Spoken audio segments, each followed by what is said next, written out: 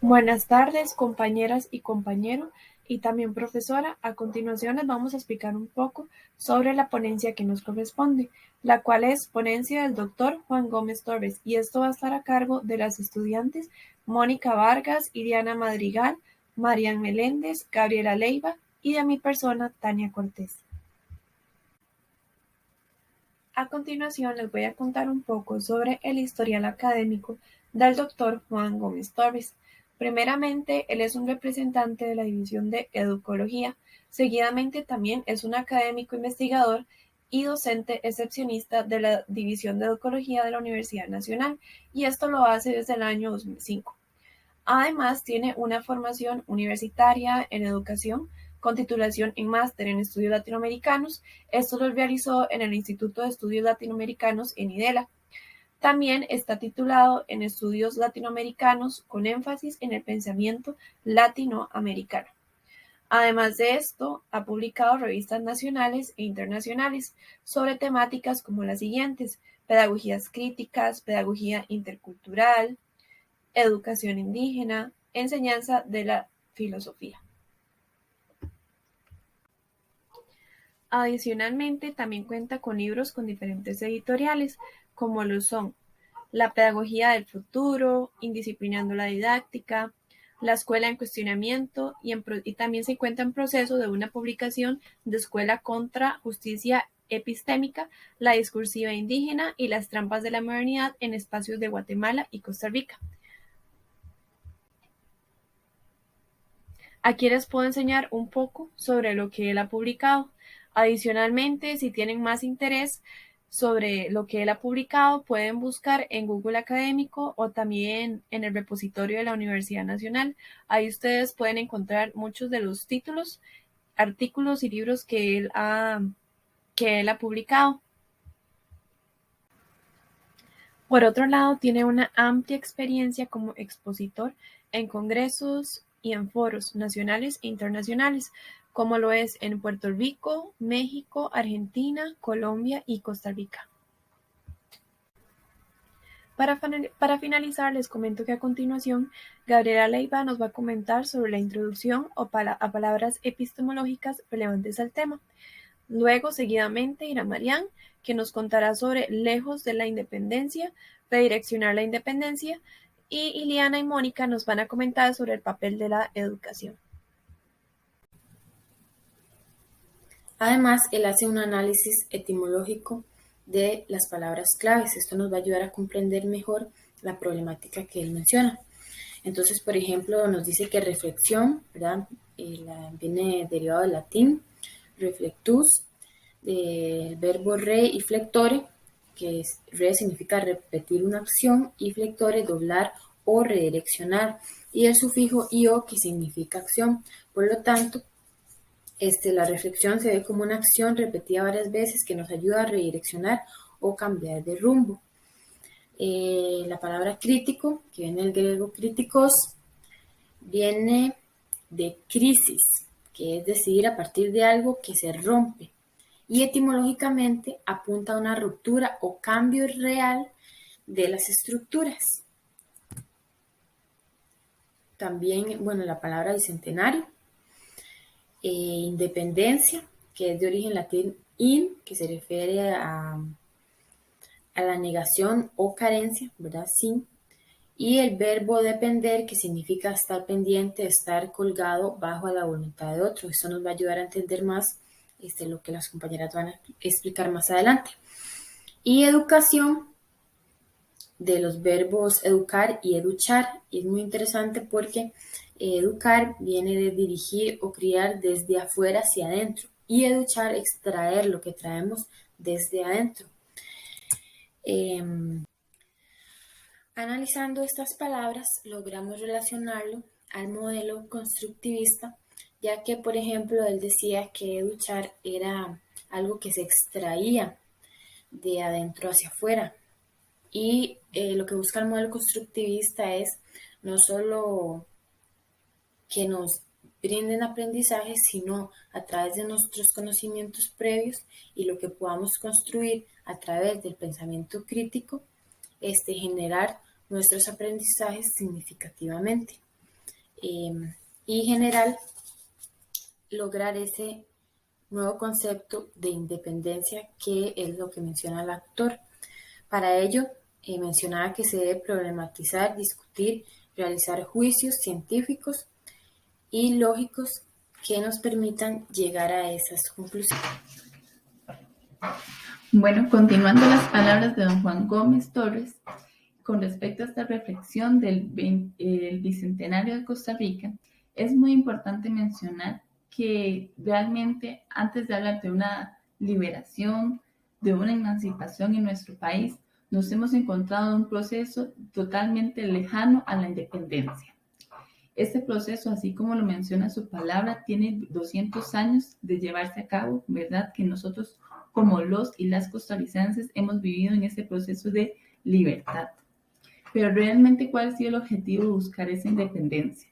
Si en cuestión de meses nuestro país toma la decisión o busca alguna forma de poder que controle, influya tanto en la cultura como en las estrategias, en las finanzas, y esto genera que nos encontremos en un círculo vicioso de dependencia de otras estructuras o medios de gobierno. Por otra parte, también es importante mencionar que estas formas de opresión cada vez se encuentran más altas y van afectando no solamente la parte educativa, sino también la parte cultural, la parte de salud.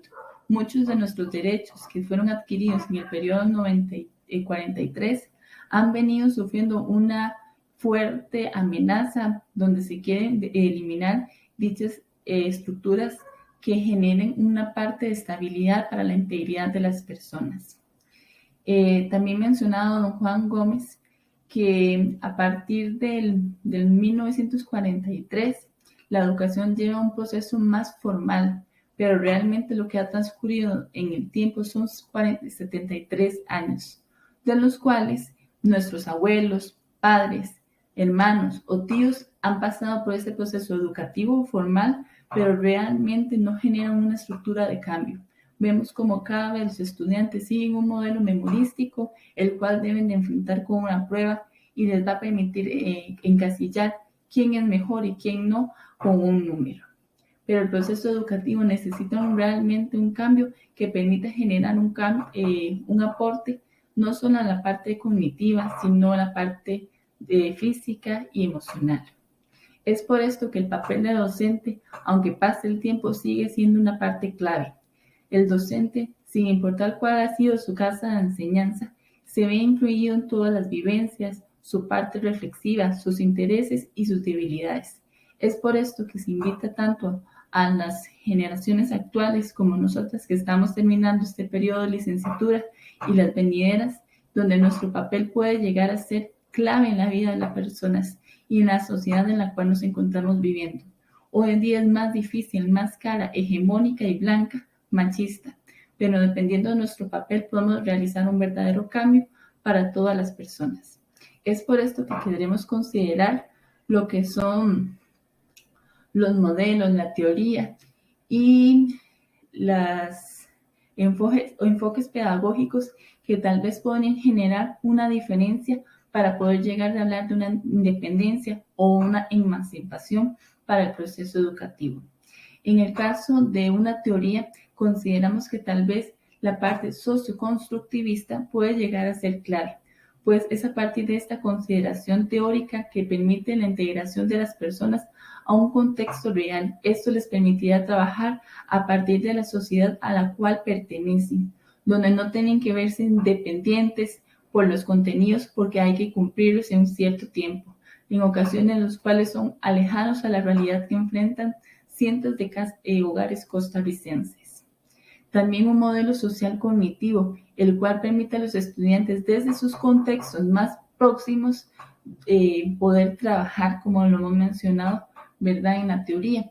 Y en este caso, no ver al individuo como una persona solamente cognitiva, sino que se encuentra la parte emocional, psicológica y de ideas.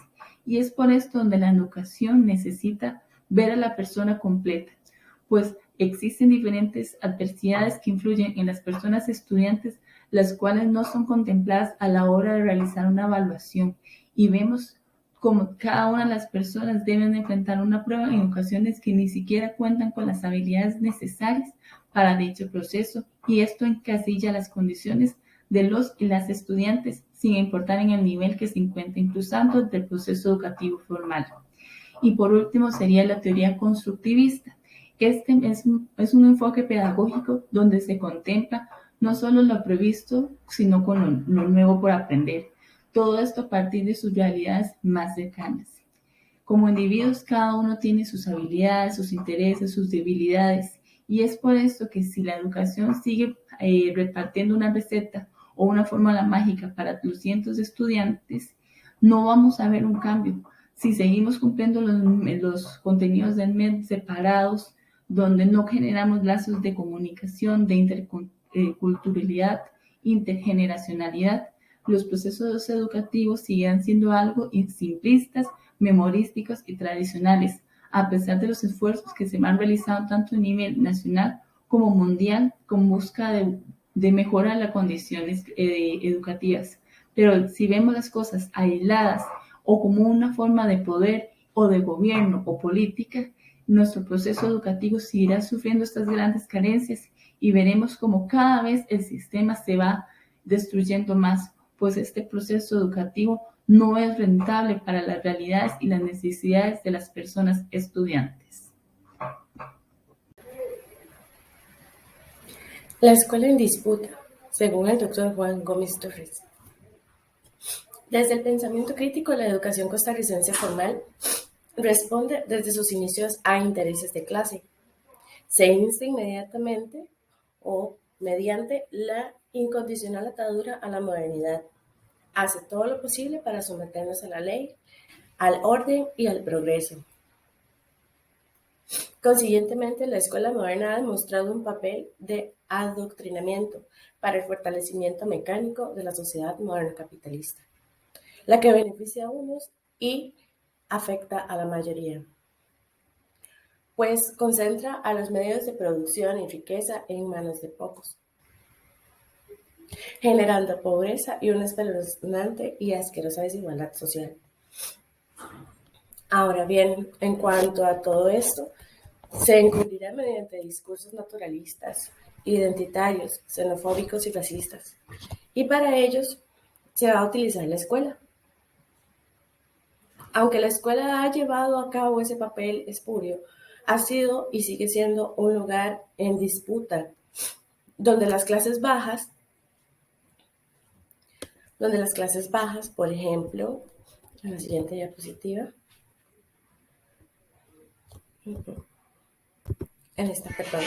donde las clases bajas, los desfavorecidos, las víctimas de opresión, las mujeres, los pueblos rurales e indígenas, negros, entre otros, la pueden ver como una oportunidad para alfabetizarse críticamente, con el fin de contar con herramientas que les puedan generar la independencia. Aunque no les ha llegado a algunos maestros y maestras académicos y académicas, activistas, padres de familia, estudiantes, comunidades, campesinos y sujetos educativos. No nos han llegado este tipo de herramientas para poderlos ayudar. Podemos ayudar a algunos, pero no a la mayoría. Ahora bien, sobre la educación en los años 200, se refiere a la desconfianza antes de una escuela tradicional funcionalista e institucionalizada, al servicio de los que más tienen, de los que cuentan con historia, de los vencedores y de los que resetean esa misma historia. El hecho de desconfiar y de desobedecer debe ser resultado de una crítica reflexiva que nos redirecciona en torno a la libertad, la equidad y la interculturalidad. La escuela moderna destruye la vida plena como un bien común. Se ha hecho cómplice de la ideología y del progreso. Una ideología que a través del conocimiento está dispuesta, a sacrificar la naturaleza en nombre de la comodidad, que por cierto no es para todos. Y como bien sabemos, la historia oficial, disculpen, voy a cambiar la diapositiva. La historia oficial de la independencia de Costa Rica generalmente se describe como un proceso romántico, unilateral, centrado en las efemérides posteriores a lo que fue la aceptación de la misma independencia escrita por machos, por blancos, por adultos letrados y en general adinerados o subvencionados por mecenes ricos para que defiendan sus mismos intereses. Esa historia sin exterioridad o sin alteridad es la que se enseña en las instituciones educativas formales, aunque se han dado avances al respecto gracias a las luchas sociales, gracias al estudio actual en las universidades y al ser humanos, al ser empáticos, se han hecho avances al respecto y predomina digámoslo de cierta forma, como dice el doctor, un currículum elitista, necrocapitalista, antropófagos, sexistas, eurocéntricos, generando y legitimando la espeluznante desigualdad social. Como lo decía antes el doctor en el video, esa escuela moderna naturaliza como inevitable y normal la corrupción, la despolitización, la impunidad, la violencia, femicidios, transfobias, xenofobias, crímenes de odio, narcotráfico, la desmovilización política y la desesperanza. El mismo autor insiste en que la escuela moderna, entre otras instituciones, tienen al jaque nuestra continuidad en este mundo. De no redireccionar nuestro rumbo hacia otro mundo, dice que sería imposible vivir en ese caos destructivo, especista e individualista, que conforme han pasado los años se ha venido generando. Con respecto a esto, me gustaría comentar la situación que se vive diariamente en Acarpio como son de reflexión propia. Lo que dice el autor, el doctor, en cuanto al elitismo, en cuanto a que el poder cae en pocas manos, que se potencia la pobreza, la desigualdad social, no está equivocado, aunque también considero que exagera algunas cosas, puesto que se han hecho cambios. Aún así se sigue viendo un currículum oculto que no se puede modificar, o sí se ha ido modificando, pero siempre bajo doctrinas que majan al educador. El ejemplo más claro que podemos tener, el más cercano, fueron estas pruebas. Anterior a esto es cómo las mismas instituciones públicas nada más tratan como de sacar adelante un poco a la misma población, pero no le dan las herramientas para que ellos después de eso logren salir adelante. No se realiza como en las instituciones privadas, por ejemplo. Entonces, ahí se ve la desigualdad social, que el que tiene dinero tiene más posibilidades. Y tenemos que hacer algo al respecto. Y eso sería de mi parte. Muchísimas gracias por la atención. El expositor hace una reflexión sobre la situación actual del sistema educativo, que es muy mercadocéntrico, es decir, que el estudiante se prepara únicamente para ser un instrumento del mercado. Esto es problemático porque no permite que la persona crezca como individuo en una sociedad en la cual se busca la superación no solamente económica, sino que también moral, espiritual y crecimiento como sociedad en solidaridad, respetando las particularidades de todos los pueblos y culturas que viven en una misma sociedad, en un mismo país. Entonces, a lo que se refiere el expositor es que si queremos seguir la misma línea, esto sería lamentable porque a lo que conduce es a que poco a poco se vaya alejando de una educación real, una educación que verdaderamente brinde las herramientas necesarias a las personas para pensar críticamente, solucionar sus problemas sociales y económicos de una manera alternativa.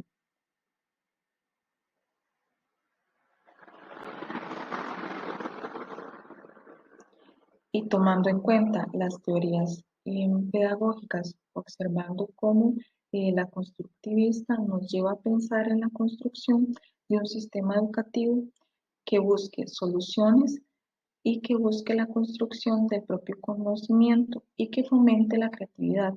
Y es que en tiempos futuros la creatividad es uno de los elementos más importantes y que los jóvenes puedan construir una sociedad distinta a la que estamos viviendo actualmente. Entonces, en este sentido, el constructivismo aporta mucho a los jóvenes para que crezcan en un futuro donde existan nuevas ideas, un pensamiento nuevo y nuevas alternativas para mejorar la calidad de vida de todos y todas. Y también con respecto a una perspectiva educativa humanista, esta es necesaria ya que es indispensable que se coloque al ser humano como centro de toda acción humana y la búsqueda también de la mejora continua desde el punto de vista educativo y que incluya a todas las poblaciones vulnerables que hasta el momento han sido excluidas, como lo son comunidades indígenas, personas que viven en zonas rurales, personas que viven en zonas fronterizas, entre otras. Entonces, la educación debe más bien integrar a las personas y buscar alternativas para que éstas puedan salir de condiciones de vulnerabilidad. Hasta aquí nuestra presentación acerca de la ponencia de Juan Gómez. Muchas gracias por la atención.